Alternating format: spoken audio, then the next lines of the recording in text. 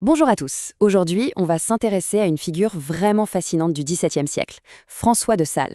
On le connaît surtout pour son message de douceur, de paix intérieure, mais son style d'écriture lui cache un secret assez surprenant. Et voilà le paradoxe qui va nous occuper. Comment est-ce que ce maître de la sérénité spirituelle a pu être aussi l'un des plus grands représentants du style le plus chargé, le plus dramatique de son époque, le baroque? C'est une contradiction qui, franchement, mérite qu'on s'y attarde. On se retrouve donc avec un contraste assez saisissant. D'un côté, son message tout en douceur, simplicité et paix, et de l'autre, son style, le baroque, qui est tout le contraire. Mouvement, excès, émotion forte. Alors, comment a-t-il pu faire cohabiter ces deux mondes? Pour démêler tout ça, on va suivre un parcours en 5 temps. D'abord, on va explorer ce fameux secret dramatique. Ensuite, on ouvrira le dossier baroque, puis on verra le tournant vers la douceur. Après, on analysera comment il a créé ce qu'on peut appeler un baroque tempéré. Et enfin, on se demandera pourquoi ce style a eu un tel impact.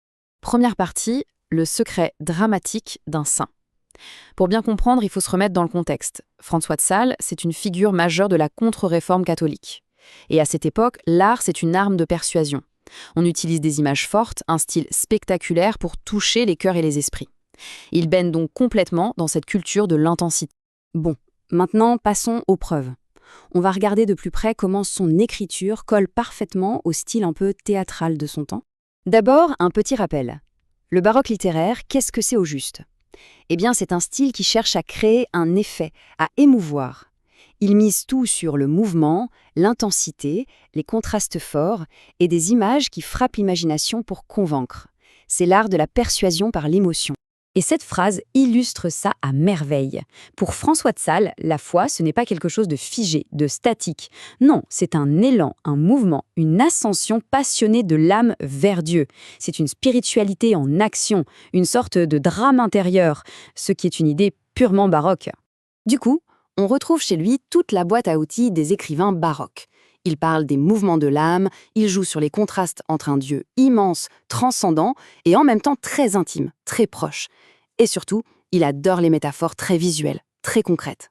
Cette citation, elle est géniale et tellement baroque. Pour parler d'un concept aussi abstrait que la dévotion, il utilise une image qu'on peut presque goûter, le sucre. Il rend le spirituel accessible, désirable, presque sensuel. C'est une technique typique du baroque. Mais juste au moment où on se dit « ça y est, on a compris, c'est un pur artiste baroque », eh bien, l'histoire prend un virage et nous montre une facette complètement différente de son travail.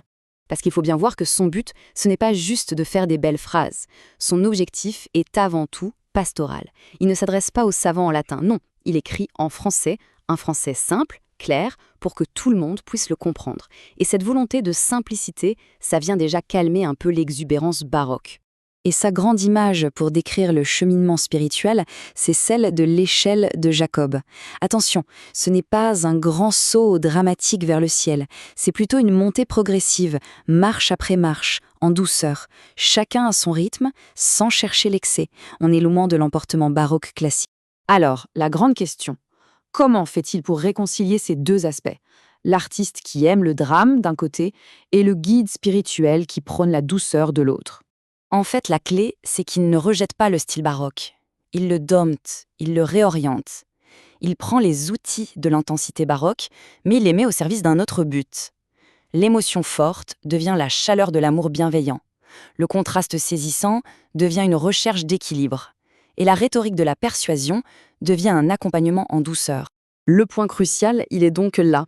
Chez lui, le style baroque, qui est l'art de l'intensité par excellence, devient un outil pour trouver l'équilibre. Il utilise la puissance des émotions, non pas pour choquer, mais pour apaiser, pour mener à la paix intérieure. C'est une véritable révolution, à la fois stylistique et spirituelle. Et pour finir, on peut se demander pourquoi cette synthèse si originale a eu un tel succès et a laissé une marque aussi durable. Parce que le succès a été absolument foudroyant. Son livre, L'introduction à la vie dévote, a connu plus de 40 éditions de son vivant. C'est un chiffre colossal pour l'époque. Ça montre à quel point son message a résonné partout en Europe et bien au-delà des seuls cercles de théologiens. Son héritage, au final, est immense. Il a, en quelque sorte, démocratisé la spiritualité. L'Église l'a reconnu comme docteur, et son talent d'écriture lui a valu de devenir le saint patron des écrivains.